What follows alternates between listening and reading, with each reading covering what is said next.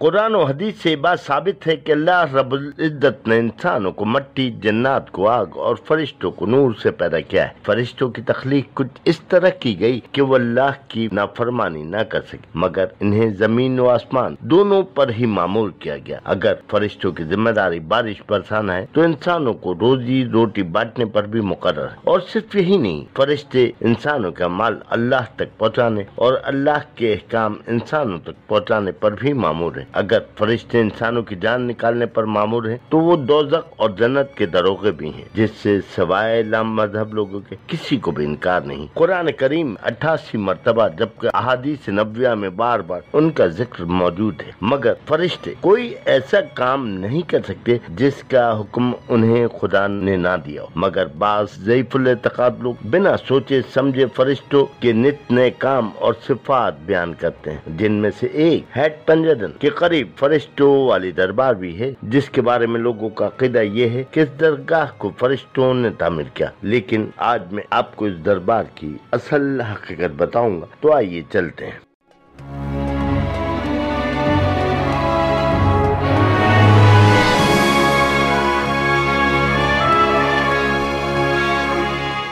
मैं हूं मुसाफिर पाकिस्तानी मुख्तार अहमद भाई जी, कैमरामैन शब्बीर भट्टी के हमरा पंजदन है, जहां पंजाब में बहने वाले 5 दरिया, दरिया जनाब, दरिया सतलज, दरिया झेलम, दरिया रावी मिलकर एक हसीन संगम बनाते हैं कि करीब ही वाक़या कब्रिस्तान में कदीम दरगाह हजरत शेख मोहम्मद सादन शहीद रहमतुल्लाह अलैह के मज़ार अक़दस पर, जो कि क़दामत के लिहाज से इंतहाई कदीम है, और इसे कबीर वाला में हजरत खालिद बिन वलीद रहमतुल्लाह अलैह उर्फ खालिद वली, जिनका मज़ार 846 साल पुराना है, किला वालोद्रा में बाबा अहमद कबीर शाह के मज़ार का हम अस करार दिया जा सकता है। लेकिन मज़ार पर लगी तख्ती के हिसाब से इसकी क़दामत हिजरी साल के मुताबिक 768 साल और ईस्वी साल के मुताबिक 747 साल बनती है। और इस मज़ार में दफन बुजुर्ग के बारे में उनके अकीदतमंदों का मानना यह है कि साहिब मज़ार एक इंतहाई पहुंचे हुए बुजुर्ग थे। इसी वजह से इनके मज़ार को फरिश्तों ने एक ही रात में तामीर किया, मगर उसके करीब रहने वाले लोगों के शोर की आवाज बुलंद हुई तो फरिश्ते मज़ार की छत तामीर के बगैर चले गए, और इस तरह ये मज़ार की छत तामीर नहीं हो सकी।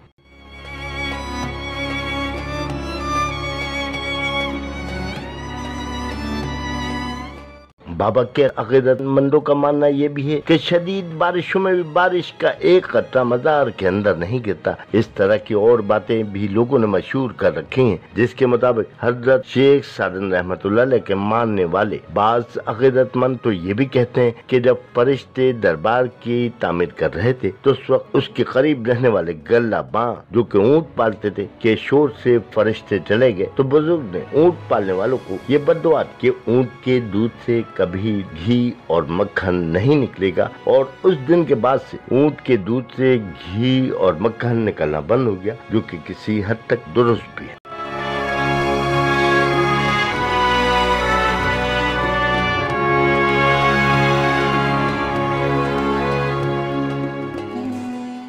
ये तो थी जायरीन और अक़ीदतमंदों की बातें, लेकिन हकीकत हाल ये है कि हजरत शेख सादन शहीद रहमतुल्लाह अलैह इसी कब्रिस्तान के करीब एक गांव में पैदा हुए और इस्लाम की तरवीज व इरशाद का काम शुरू किया। और इसी दौर में खानदान गुलामा के 8वें सुल्तान गयास उद्दीन बलबन की मंगोलों के साथ जंग शुरू हुई, और वो भी बहादुरी के साथ जंग लड़ते हुए शहीद हो गए, और उन्हें मज़ार की मौजूदा जगह पर न सिर्फ सपुर्द खाक किया गया, बल्कि तामीर के माहिर कारीगरों ने पतली ईंटों से उनके मज़ार की तामीर की, जिसके दीवारों पर खत कुफी में कुरानी आयात और जगह जगह या अल्लाह का इस्म दर्ज है। जबकि मज़ार के अंदर उनकी कई फीट लंबी कब्र मौजूद है, जिसके सराहने में काफी बाद में लगाई जाने वाली तख्ती भी नुमाया है, जिस पर उनका नाम तारीख वसाल दर्ज होने के साथ साथ अल्लामा इकबाल का मशहूर शेर आसमां तेरी लहर पर शबनम फिशानी करे दर्ज है। मगर इन तमाम हक़ाइक़ के बावजूद उनके अक़ीदतमंद आज भी यही मानते हैं कि इस दरबार को फरिश्तों ने तामीर किया, और फरिश्ते रोजाना की बुनियादों पर इस मज़ार पर हाज़िरी देने के लिए आते हैं। इसी वजह कर इसे फरिश्तों वाली दरबार कहा जाता है।